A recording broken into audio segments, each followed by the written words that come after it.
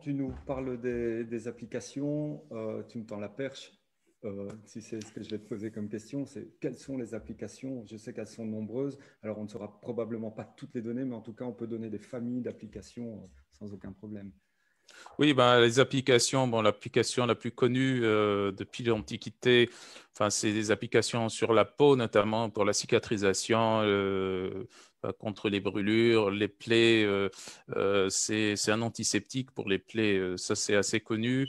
La régénération de la peau aussi, donc c'est assez connu. Ça a été utilisé par les Égyptiens anciens.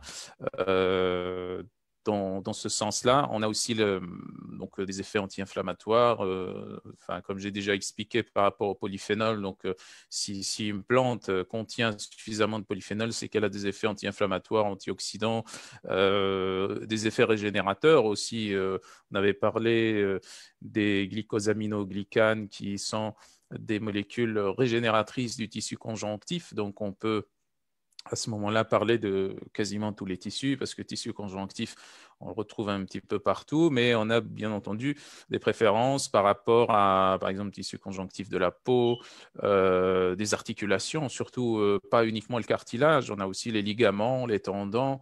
C'est où on a aussi du tissu conjonctif, les insertions au niveau, les insertions entre ligaments, os et tendons, os aussi contiennent des tissus conjonctifs entre les organes aussi, et même à l'intérieur des organes. Donc, on a aussi du tissu conjonctif.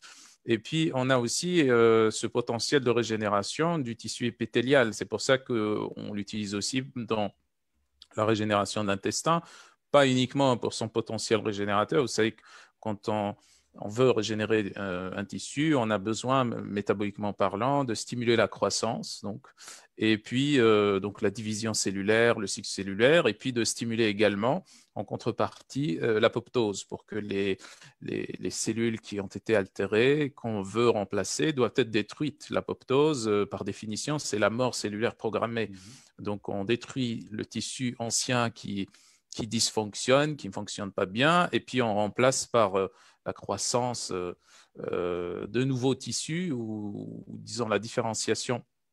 Par exemple, si on parle de l'intestin d'entérocytes à partir des cellules souches ou des cellules progénitrices, on a aussi des effets anticancérogènes qui sont reconnus par le biais des polyphénols que ça contient, des effets antimicrobiens aussi, surtout des effets antiviraux, des effets antimycotiques aussi, contre le candida albicans, par exemple, une candidose. Ou d'autres infections aussi. Ça régule aussi très bien dans ce sens-là le microbiote et ça permet de rééquilibrer tout simplement le microbiote en détruisant les souches et les espèces bactériennes qui prolifèrent trop vite. En général, ce sont ces espèces-là qui posent problème et qui sont pathogènes. On trouve aussi dans la littérature scientifique des applications sur le métabolisme du glucose, notamment la résistance à l'insuline, et aussi le métabolisme des lipides, notamment avec les taux de cholestérol élevés, l'hypercholestérolémie ou hypertriglycéridémie.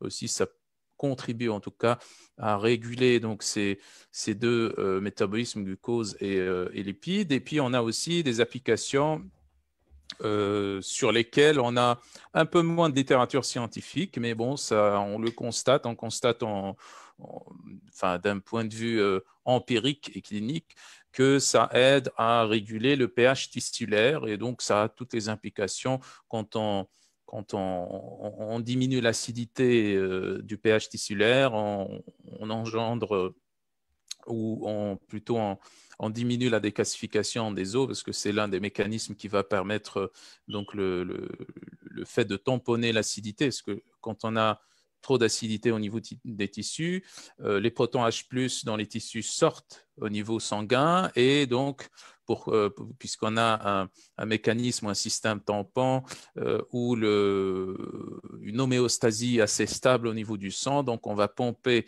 du calcium et du magnésium et du phosphore dans l'os. Donc, on va tout simplement déminéraliser l'os pour pouvoir un petit peu, disons, rééquilibrer le pH sanguin. Et donc, l'aloe vera a cet effet justement, et pas que d'ailleurs l'aloe vera, mais les plantes qui ont cet effet intéressant de rééquilibrer le pH tissulaire, ben, ça diminue forcément la décalcification. Donc voilà un petit peu un résumé, mais bon, il y a plein d'autres choses à dire, on ne peut pas tout dire dans une petite capsule, donc il y a plein d'autres choses à dire.